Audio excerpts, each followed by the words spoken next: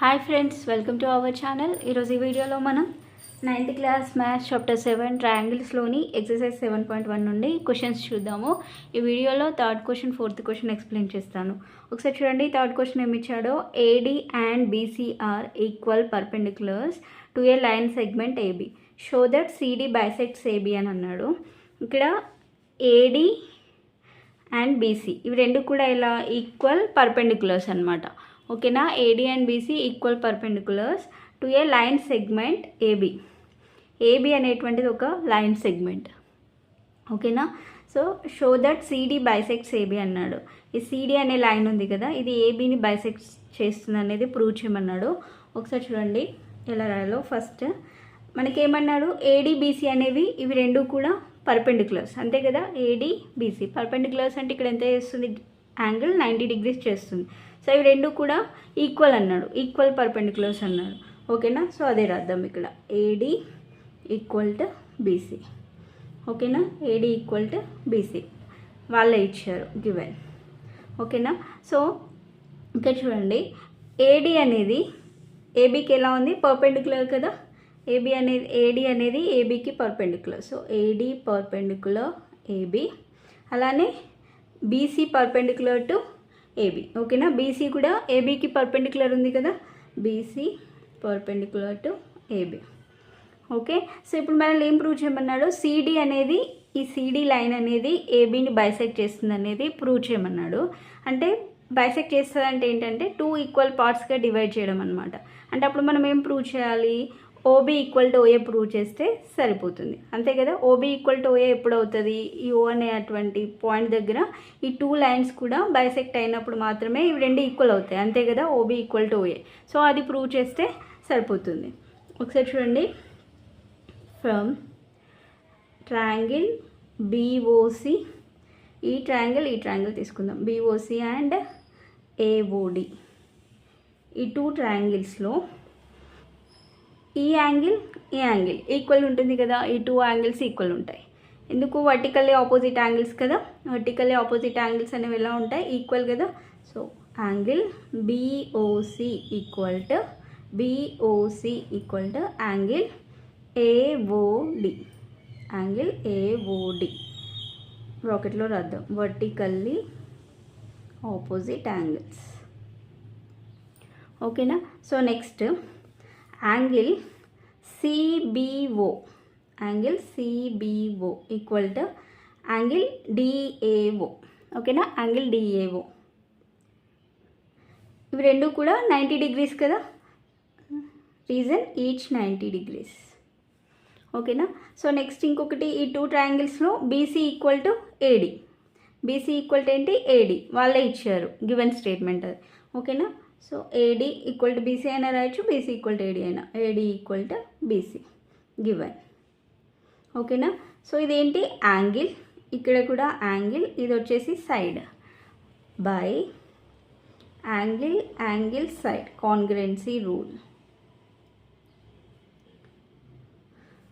ఓకేనా. సో ఈ రూల్ ప్రకారం ఇవి రెండు కూడా ఏమవుతాయి, కాంగ్రుయెంట్ ట్రయాంగిల్స్ అవుతాయి కదా. Therefore triangle BOC is congruent to triangle AOD. ఓకేనా. BOC congruent to triangle AOD. So ఈ 2 ట్రయాంగిల్స్ కాంగ్రుయెంట్ ట్రయాంగిల్స్ అయినప్పుడు అప్పుడు ఏమవుతుంది, ఇప్పుడు BOCలో OB అనేది ఒక సైడ్, నెక్స్ట్ AODలో కూడా OA అనేది ఒక సైడ్. సో అవి కాంగ్రుయెంట్ ట్రయాంగిల్స్ అయినప్పుడు వాటి యొక్క కరెస్పాండింగ్ యాంగిల్స్ కానీ కరెస్పాండింగ్ సైడ్స్ కానీ ఏమవుతాయి, ఈక్వల్ అవుతాయి కదా. సో అప్పుడు మనం ఏమని రాయొచ్చు, ఓబీ ఈక్వల్ టు ఓఏ రాయొచ్చు కదా. OB equal to OA by CPCT. ఓకేనా. Corresponding parts of congruent triangle. ఓకేనా. So OB equal to OA. So OB equal to OA ఎప్పుడు అవుతుంది, ఈ సిడి లైన్ ఏబీని బైసెక్ట్ చేసినప్పుడు మాత్రమే ఓబీ ఈక్వల్ టు ఓఏ అవుతుంది. బైసెక్ట్ చేస్తేనే కదా ఈ ఓబీ ఎంత ఉందో ఓఏ అంతే ఉంటుంది, ఈక్వల్గా డివైడ్ చేస్తుంది కదా. So therefore CD bisects AB, hence proved. ఓకేనా. నెక్స్ట్ నెక్స్ట్ ఫోర్త్ క్వశ్చన్ చూద్దాం. చూడండి ఒకసారి ఏమి ఇచ్చాడో. L and M are two parallel lines intersected by another pair of parallel lines P and Q. Show that triangle ABC is congruent to triangle CDA అన్నాడు.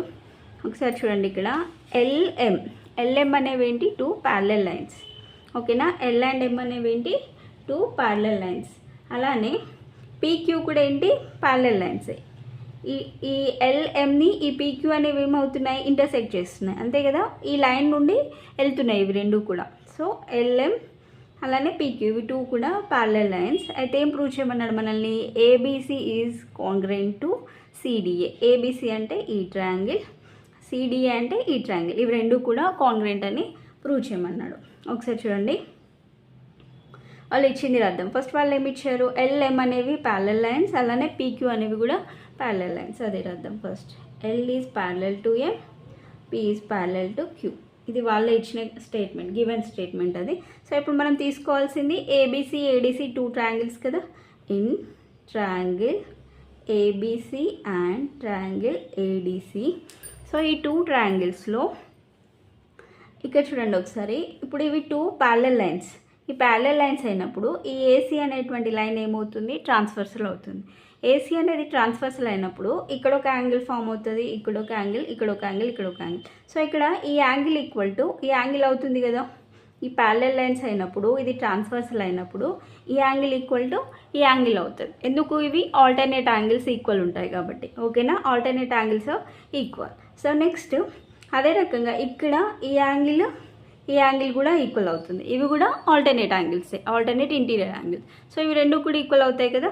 So అదే ఇక్కడ రాద్దాం. Angle BAC equal to BAC equal to ఈ angle అవుతుంది. ఓకేనా, ఈ angle equal to ఈ angle అంటే యాంగిల్ DCA. రీజన్ ఏంటి, ఆల్టర్నేట్ ఇంటీరియర్ యాంగిల్స్. నెక్స్ట్ అలానే ఇక్కడ DAC ఈ angle equal to angle DAC equal to ఈ యాంగిల్ అవుతుంది. Angle BCA same reason, alternate angles. So next ఇంకా ఇందులో ABC ADCలో AC అనేటువంటిది రెండిట్లలో కూడా కామన్ సైడ్ ఇది. ఓకేనా, అప్పుడు ఏమని రాయొచ్చు, AC equal to AC common side. ఓకేనా, సో అప్పుడు ఇదేమవుతుంది, ఇది యాంగిల్, ఇది కూడా యాంగిల్, ఇది వచ్చేసి side. By angle side congruency rule. Therefore triangle ABC is congruent to triangle CDA. Okay na, ABC is congruent to CDA, hence proved. ఓకేనా అండి. సో వీడియో కనుక మీకు నచ్చినట్లయితే ప్లీజ్ లైక్ చేయండి, షేర్ చేయండి, సబ్స్క్రైబ్ చేసుకోండి. థ్యాంక్